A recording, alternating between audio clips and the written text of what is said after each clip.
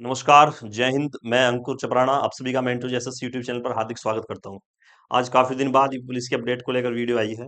इस वीडियो में कई अपडेट देके जाऊंगा ये पुलिस के बारे में, जो करंट में सिचुएशन चल रही है या आने वाले फेज़ में कितना हम उम्मीद कर सकते हैं, कब तक हमारी जॉइनिंग है, कब तक फिजिकल डेट है, या जो रिसेंट अभी न्यूज़ में खबर चल रही है कि भई जो हमारे हेड ऑपरेटर की वैकेंसी का जो एग्ज़ाम था वो कैंसल हो चुका है।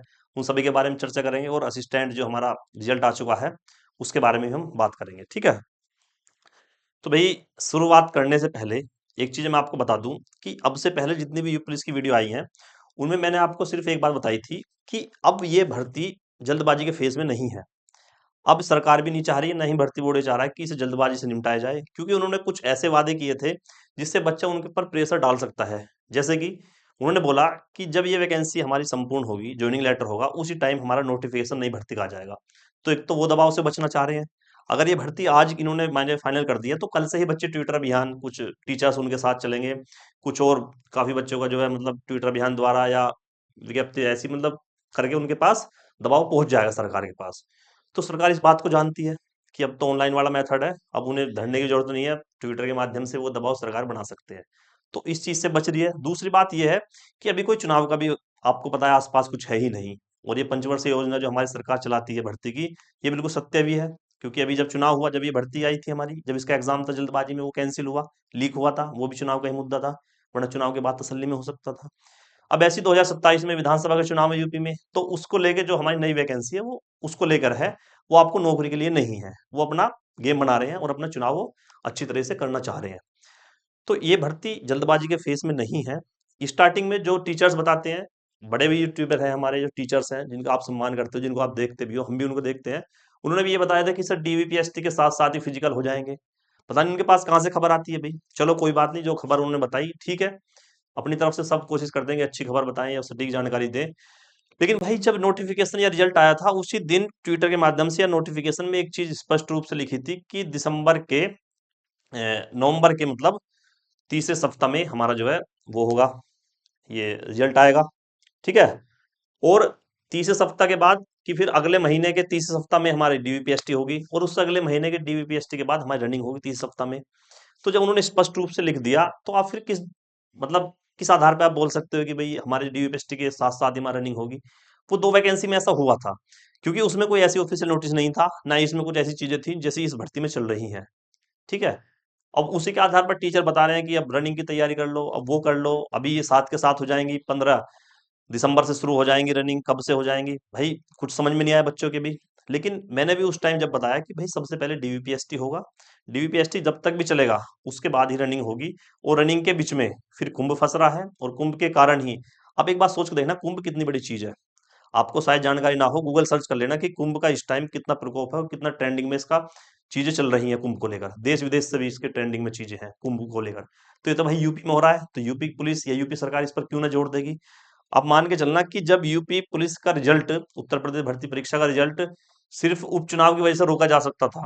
उपचुनाव कितनी छोटी चीज होती है, कुछ ही सीटों पर उपचुनाव था, कुछ ही शहरों में था, उसके लिए रिजल्ट रोक रोक सकते हैं, तो भाई कुंभ के लिए क्या है फिजिकल नहीं रोक सकते थे।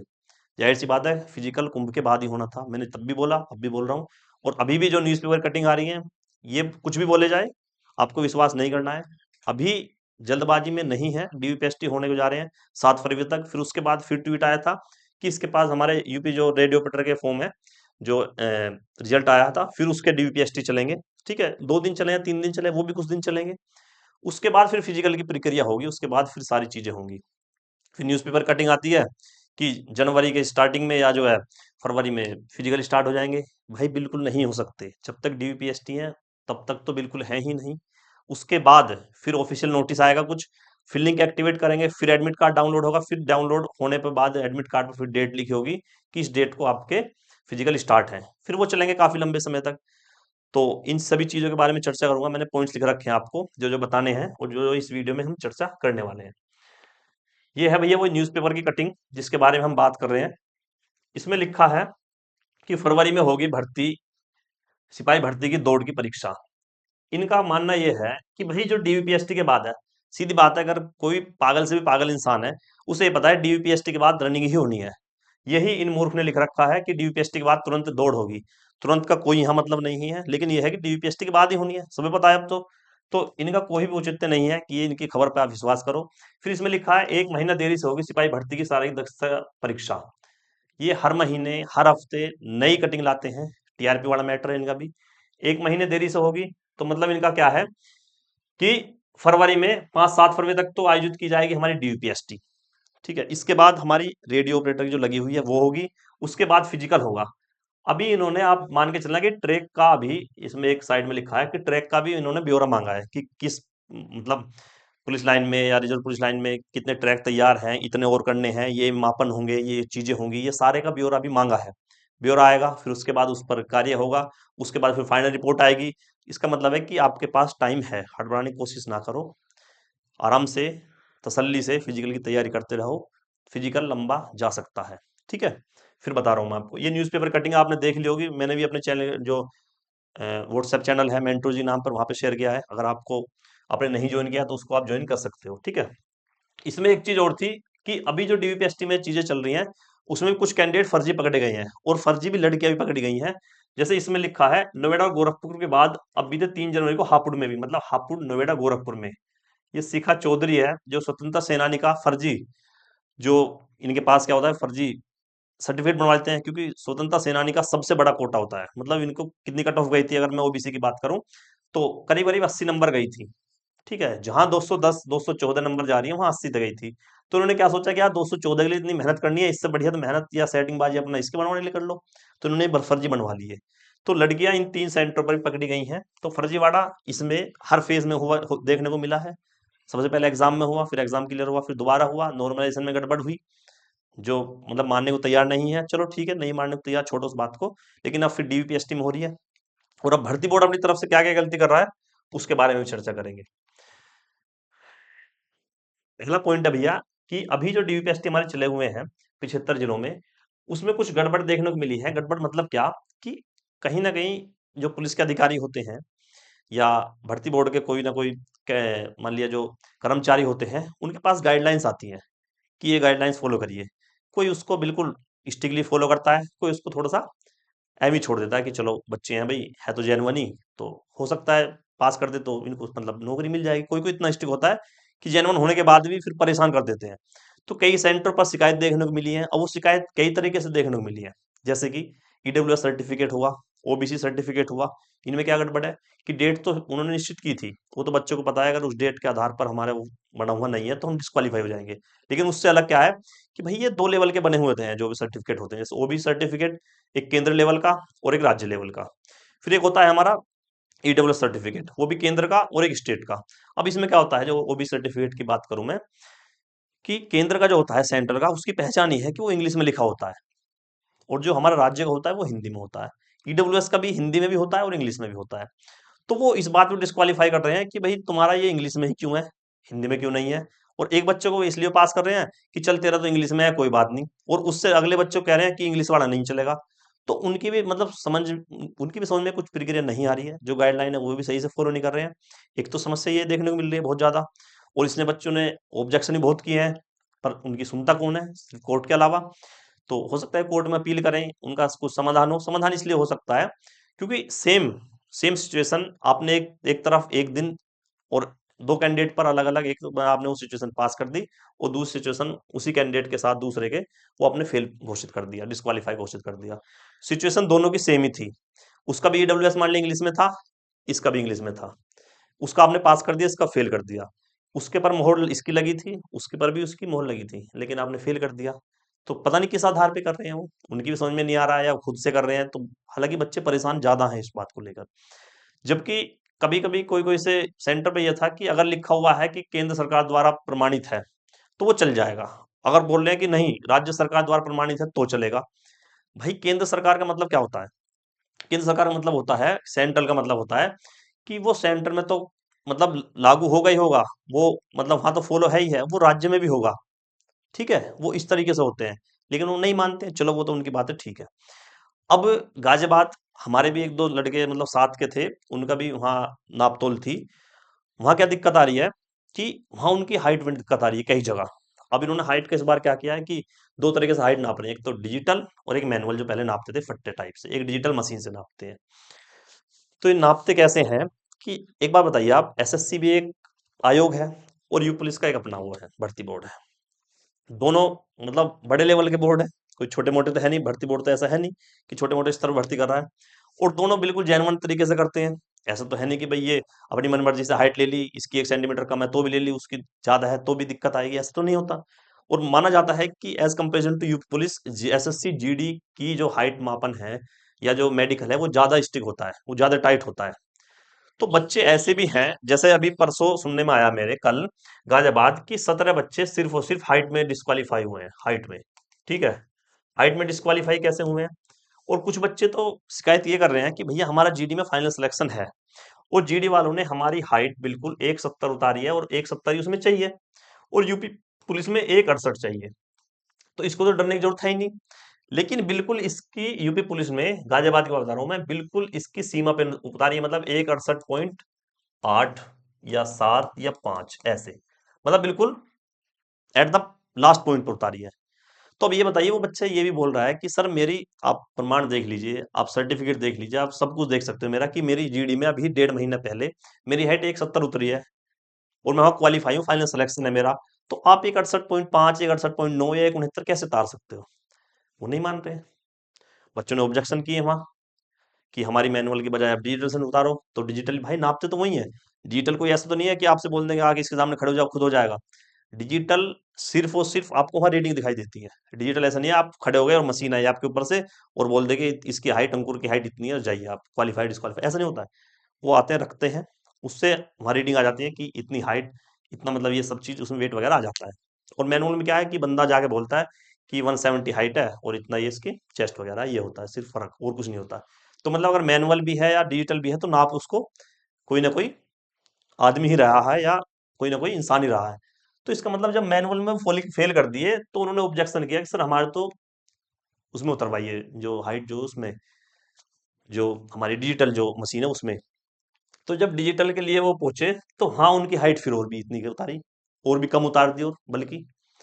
तो बच्चों को ये दिक्कत आई है कि भाई जब हाइट, एक आयोग तो बता रहा है आपकी 1,70 है, चलो पॉइंट्स में तो मैं मान सकता हूँ कि 1-2 पॉइंट्स ऊपर नीचे हो जाती है, लेकिन 1,70 में और 1,68 में बहुत फर्क है। ठीक है, अगर कोई बच्चा, कितने बच्चों के सपने ये रह जाते हैं, दिल्ली पुलिस को लेकर छोड़ देते हैं बेचारे, कि सर उनकी हाइट 1,70 नहीं होती, तो वो सपने ही देखने बंद कर देते हैं उनके। वो सिर्फ और सिर्फ यूपी के लिए ही अप्लाई करते हैं और यूपी में ही जॉब लेते हैं। क्यों? क्योंकि उनकी हाइट 1,68 होती है। तो भाई जब 1,68 उनकी हाइट है, 1,69 भी है, तब भी आप 1,68 नहीं उतार रहे हो, तो उससे बड़ी और क्या समस्या आ सकती है? ठीक है। और ये एक ऐसा फेज होता है डीवीपीएसटी का, तो इसमें बच्चा तो अपने आप को क्वालिफाई ही मानता है, क्योंकि उसे पता होता है सर इसमें कुछ नहीं, डॉक्यूमेंट्स मेरे ओरिजिनल है, मैं ओरिजिनल हूँ और मेरी हाइट जो है वो पूरी है ही, तो वो डिस्क्वालीफाई अपने आप क्यों माने? तो जब वहां जाके पता लगा कि हाइट तो इतनी कम उतार रहे हैं, उसके बाद गड़बड़ होनी चालू हुई है। उसके बाद बच्चों में गुस्सा आया, कई जगह उन्होंने मतलब कंप्लेंट भी लिखी है, पत्र भी लिखे हैं, लेकिन अभी तक कोई सुनवाई नहीं हुई है। और अगर आपके साथ भी ऐसा हुआ है, किसी के साथ ऐसा हुआ हो, तो आप भी उसकी मदद करो भाई, कहीं ना कहीं कोई ना कोई आपके काम आ ही जाएगा। हो सकता है उसके साथ इस फेज में दिक्कत हुई है, आपको फिजिकल के दौरान कर दें, क्योंकि कई ग्राउंड तो सिंथेटिक होते हैं। सिंथेटिक का मतलब है कि वो मतलब भागने में इतना मजा आता है, जैसे आप 25 मिनट में मार रहे हो तो वहां हो सकता है 23.5-24 मार दो। कई ग्राउंड ऐसे होते हैं कि 400 मीटर चक्कर की बजाय 410 का होता है, तो एक चक्कर पर 10 मीटर फालतू भागना, मतलब 12 चक्कर मारने हैं, तो 120 मीटर फालतू मान रहे हो, तो मतलब वो भी कहीं ना कहीं गड़बड़ गड़बड़ है। तो इस चीज के लिए स्ट्रिक्ट होना सबका जरूरी है, भर्ती बोर्ड का तो है ही है, लेकिन स्टूडेंट की तरफ से भी स्ट्रिक्ट होना जरूरी है। आवाज उठानी जरूरी है सरकार के खिलाफ या भर्ती बोर्ड के खिलाफ, कि इन चीजों को क्यों नहीं सेट कर पा रहे हो आप? जब वहां लिखा है सीधा सीधा 400 मीटर ग्राउंड होगा, तो आप 400 को क्यों नहीं बना पा रहे हो? आपने 390 का कहीं नहीं बना रखा है। 410 के 415 तक ग्राउंड है, 420 तक ग्राउंड है। वो क्यों है भाई? वो एक मतलब एक धोखे टाइप तो है वो भी बच्चों के साथ। जब आप नौकरी देना चाह रहे हो तो आप बिल्कुल उस तरीके से दो ना जो आपकी मापन है। जब आपने नोटिफिकेशन में लिख दिया कि 1 अप्रैल 2023 के बाद से बाद का, और जिस दिन इसकी लास्ट डेट थी फॉर्म की उसके बीच का वो भी सर्टिफिकेट चाहिए, तो बच्चे अगर उसके आधार पर नहीं ले जा रहे तो आप डिस्क्वालीफाई कर रहे हो। ठीक है भाई, आपने नोटिफिकेशन लिख रखा है, तो आपने नोटिफिकेशन में एक चीज और लिख रखी है ना कि जो ग्राउंड होगा वो 400 मीटर का होगा। तो 410 का 401 का भी क्यों है फिर वो? आपकी भी कमी है ना। तो उस चीज को कौन सुधारेगा भाई? सरकार सुधरवाएगी या स्टूडेंट सुधरवाएंगे? तो एकजुट होकर आवाज तो उठानी ही पड़ेगी, किसी ना किसी फेज में आप फिर डिस्क्वालीफाई होगे। मैं ये सिर्फ बताना चाह रहा हूँ आपको। आज मैं डीवीपीएसटी में डिस्क्वालीफाई हूँ, तो कल आप हो सकता है फिजिकल में डिस्क्वालीफाई हो जाओ। 5 minute, sorry 5 second, 3 second, 1 second, mini second से बच्चे डिस्क्वालीफाई होते हैं। उसका मेन कारण क्या है कि ग्राउंड का बड़ा होना। अगर वो ग्राउंड मान लिया 5 मीटर ज्यादा है एक चक्कर पे, तो 12 पंजे 60 मीटर फालतू होगा। 60 मीटर कवर करने में 40 35 या 25 30 सेकंड लगती हैं, तो उसने से वो डिस्क्वालीफाई होगा। इसका मतलब उसके साथ भी धोखा ही हुआ एक टाइप का। ठीक है, तो जो फिजिकल की डेट है भाई, वो फिजिकल की मैं मान के चल रहा हूँ कि फरवरी लास्ट में सुन रहे हैं, लेकिन मेरा मानना यह है कि फरवरी के नहीं, ये मार्च के स्टार्टिंग में होने की इसकी संभावनाएं हैं। ठीक है, जल्दबाजी इसमें कुछ नहीं है भर्ती बोर्ड तरफ से भी। अब बात करते हैं भैया फाइनल मेरिट की, कि इससे फाइनल मेरिट में कोई प्रभाव पड़ेगा। हाँ भाई, फाइनल मेरिट में प्रभाव तो पड़ेगा, लेकिन इतना भी नहीं पड़ेगा कि मान लिया पहले तो अगर फिजिकल 2 महीने बाद होते तो पहले तो सिर्फ 7 नंबर बढ़ती और अब 14 बढ़ जाएगी, इतना भी फर्क नहीं आएगा। ऐसा है, पहले अगर 5 नंबर बढ़नी थी तो अब 7 से 8 क्वेश्चन या नंबर बढ़ जाएगी मेरिट, क्योंकि थोड़ा टाइम मिल गया है, गर्ल्स को मिल गया है, बॉयज को मिल गया है। लेकिन एक बात और बता दूं, जितना लंबे टाइम हो जाता है ना, इतनी ढील हो जाती है, इतने बच्चे लापरवाही हो जाते हैं। जो मेरी तैयारी फिजिकल की 1 महीने पहले थी, सेम तैयारी मेरी आज है। डाउन नहीं हो सकती है, ज्यादा नहीं हुई है। और वो हर बच्चा फील करेगा इस बात को जो तैयारी कर रहा है इसकी फिजिकल की, कि अगर 1 महीना पहले उसकी जो दौड़ थी वो 23 मिनट मारी थी, तो 70% बच्चे होंगे जो 23 मिनट में ही आ रहे होंगे अभी भी। वरना 1 महीने की तैयारी तो आपको 22 21 मिनट लाड़ देनी थी, लेकिन इतनी ढील हो जाती है भाई। ठीक है, तो उन बच्चों को ज्यादा घबराने की जरूरत नहीं है जिनके नंबर थोड़े बहुत ज्यादा है, 5 7 नंबर भी ज्यादा है, तो भी कोई दिक्कत नहीं है। देखो, होने को तो कुछ भी हो जाएगा, 10 नंबर बढ़ जाएगी, 20 बढ़ जाएगी, आप रोक लो क्या? नहीं रोक सकते। 2 4 दिन तो हवा बनेगा, ये क्या हुआ वो क्या हुआ, फिर शांत हो जाएंगे, सब ज्वाइनिंग पे चले जाएंगे। लेकिन मान के चलना, अगर 7 1 नंबर किसी के फालतू में, तो वो काम हो जाएगा। गर्ल्स के अगर और भी कम है, बॉर्डर लाइन भी है, तो भी कोई दिक्कत नहीं है भाई, अपनी तैयारी करते रहना। फाइनल मेरिट की मैंने बता दी है। ज्वाइनिंग की अगर मैं बात बताऊं भाई, मुझे देखने में जो लग रहा है वो मिड 2025 के बाद का लग रहा है। 2025 चल रही है, मतलब जुलाई जो बता रहा हूं मैं, जुलाई 2025 के बाद की ही ज्वाइनिंग ये देंगे, इससे पहले ज्वाइनिंग नहीं दे सकते। जो जल्दी करी तो जुलाई बता रहा हूं मैं, वरना ये नवंबर तक दिसंबर तक जा सकती है, क्योंकि उन्होंने फिर नई भर्ती लानी होगी। तो उसकी वजह से इस चीज को ये और भी ज्यादा खींच रहे हैं, क्योंकि जब तक भर्ती चल रही है तब तक कोई बच्चा ना ट्विटर अभियान करेगा, ना उनसे कोई मांग करेगा, कुछ नहीं करेगा। तो उनको प्लस पॉइंट ये भी है कि अभी इसको और खींचो। ठीक है, और बोलते तो है कि हम करा रहे हैं, 1.5 महीना डीवीपीएसटी चल रहे हैं, कोई बच्चा उनसे कुछ क्वेश्चन पूछ के दिखा दो, अभी तमाचा मारेंगे मुंह पे कि तुम्हें पता नहीं है यहाँ डीवीपीएसटी चल रहे हैं। फिर 1 महीना रनिंग चलाएंगे वो, फिर 1.5 महीने बाद फाइनल रिजल्ट देंगे, फिर वो 10 दिन मेडिकल चलाएंगे, फिर ज्वाइनिंग लेटर देंगे, ज्वाइनिंग लेटर में डेट आएगी 15 दिन बाद, 1 महीने बाद की। ठीक है, कुछ बच्चे जीडी वाले परेशान हैं, कुछ जीडी वालों को ये उम्मीद थी कि भाई जब तक हमारी ज्वाइनिंग हो उससे पहले हम फिजिकल विजिकल देकर तैयार कर लेंगे, अगर इसमें होगा तो इसमें जाएंगे, वरना उसमें जाएंगे। इसमें कुछ बच्चे को फायदा भी है, कुछ को नुकसान है। फायदा उनका है जिनका इसमें हो रखा है, जीडी में नहीं हो रखा। नुकसान उनका है जिनका जीडी में हो गया फाइनल सिलेक्शन, लेकिन इसमें भी है, उनको ज्वाइनिंग लेनी पड़ेगी। सीआईएसएफ वाले हैं, बीएसएफ वाले हैं, उनको ज्वाइनिंग लेनी ही पड़ेगी। हमारे कुछ जानकार बच्चे ऐसे जो मेडिकल की तैयारी कर रहे थे, लेकिन अब क्या हुआ कि भाई पता लगे कि अभी तो फिजिकल 2.5 3 महीने है, क्यों रिस्क लिया, तो वो उसकी ज्वाइन करने उनकी मजबूरी हो चुकी है अब। ठीक है, ये कहीं ना कहीं बच्चों के लिए बेनिफिशियल है जो यूपी पुलिस के बच्चे हैं। फिर बात करते हैं भाई न्यू वैकेंसी। जो मेरा मानना है नई भारत इसकी यूपी पुलिस की वैकेंसी, वो 2025 में तो निश्चित मुझे लग रही ही है। और मानने को तो मैं बताऊं, अगर इन्होंने जनवरी 2024 की बात है, एक जब बच्चों ने ट्विटर अभियान चलाया था, या आरटीआई का जो उन्होंने डाली थी, तो उसका रिप्लाई आया था कि जो इसकी वैकेंसी है यूपीएसआई वैकें इतना लिखा था, UP police SI vacancy coming soon, coming soon. अब चल रहा है भैया जनवरी 2025। तो सून का मतलब इनका ये होता है कि 1 महीना तक कोई उसका, 1 साल तक कोई अता पता नहीं है, तो सून का तो ये मतलब है। और अगर बोल रहे हैं कि हम 2025 में लाएंगे, तो उम्मीद कर सकते हैं, इससे ज्यादा और कुछ नहीं कर सकते। लेकिन है हाँ ये कि फाइनल जो ये मेरिट है हमारी, फाइनली ये दिसंबर तक आने की उम्मीद इनकी है, 26 में भी जा सकती है। लेकिन ये वैकेंसी चुनाव से पहले ही आनी है, आपको पता है, चुनाव के लिए ही वैकेंसी आ रही है, आपके लिए नहीं आ रही है। ठीक, अब बात करते हैं भैया यूपी पुलिस जो हमारा हेड ऑपरेटर का जो एग्जाम था, वो अभी निरस्त कर दिया गया है। काफी बच्चों ने उस टाइम, क्योंकि इसमें बच्चे थोड़े कम थे, और जहां भीड़ कम होती है तो भर्ती बोर्ड वहां फायदा उठा जाता है। जहां वैकेंसीज कम होती है तो फॉर्म कम होते हैं, भीड़ कम होती है, आवाज कम उठती है। जैसे इसका असिस्टेंट वाले का रिजल्ट आया, तो उसकी जिनकी भी अनुमानित कट ऑफ थी, जिनकी भी अनुमानित कट ऑफ थी, उन्होंने अपने से ज्यादा ही लगाई थी, और उससे भी 40 50 30 नंबर ऊपर गई है, अनुमानित कट ऑफ से भी। फिजिकल के लिए है ये, और कई महीने रिजल्ट को आ चुके हैं, डीयूपीएसटी कोई आता पता नहीं है क्यों, क्योंकि भाई कहीं ना कहीं दाल में काला है, और भर्ती बोर्ड को पता है कि कहीं ना कहीं दिक्कतें होंगी। उसका तो रिजल्ट इन्होंने डिक्लेयर कर दिया। अब क्या होगा, फिजिकल भी होगा, फिर उसका जो डीवीपीएसटी भी है, और फाइनल मेरिट होगी तो वो और ऊपर जाएगी। ठीक है, 80% प्लस है अब भी उसकी जो प्री की मेरिट है, फिजिकल मेरिट है, तो आप बोल लीजिए कि 90 के आसपास जाएगी उसकी। ठीक है, तो फिर हेड ऑपरेटर वाले में ये समस्या आई। हेड ऑपरेटर वाले बच्चों को लगा कि भाई गड़बड़ इसमें भी है। उसका रिजल्ट ही उन्होंने डिक्लेयर नहीं किया, क्योंकि कट ऑफ बना रहे हैं, कट ऑफ पता लग रही है प्री की कट ऑफ या फिजिकल कट ऑफ वही 90% जा रही है। तो फिर वो क्या जवाब देंगे, तो बहुत अंदर की बातें थी। उन्होंने देखा भाई कट ऑफ से जितने नंबर थे, उनसे कई हजार बच्चों के तो बटे में से बटे नंबर है, तो धांधली तो उस स्तर पे भी हुई थी। तो फिर मतलब हाई कोर्ट का भी ऑर्डर आया 3 दिन पहले कि इसका जो एग्जाम है वो निरस्त कर दिया है। अब निरस्त कर दिया है भैया, अब कब आएगा कब होगा इसके बारे में किसी को कुछ जानकारी नहीं है। अगर उम्मीद है, अगर आपकी एज है तो आप तैयारी करते रहो। यूपी पुलिस में वैकेंसीज आएंगी, 2027 से पहले ही आएंगी। ठीक है, तो अगर इस भर्ती से आप जुड़े हुए हैं तो ये अपडेट मेरी तरफ से थी आपको। और फिजिकल अगर आपकी तैयारी चल रही है तो उसको ऐसे निरंतर चलने दें, हड़बड़ाहट ना करें। और कभी ऐसा मौसम खराब होता है तो उसमें आप छुट्टी भी कर सकते हो। ऐसा नहीं है कि आप गीली सड़क पे भाग रहे हो, गीली ग्राउंड पे भाग रहे हो, उससे इंजरी होने की ज़्यादा दिक्कतें हैं, ज़्यादा चांसेस हैं कि आपको इंजरी हो जाएगी उसमें। तो फिर दिक्कत ज़्यादा हो जाएगी, रेस्ट ज़्यादा हो जाएगी। इससे सही है एक दिन का रेस्ट सही, अगले दिन दौड़ कर लेना आप। ठीक है, तो ये पुलिस की अपडेट थी, यूपी पुलिस की अपडेट क्या चल रही है उसको लेकर। तो भाई मिलते हैं फिर अगली वीडियो में, जब तक के लिए जय हिंद जय भारत।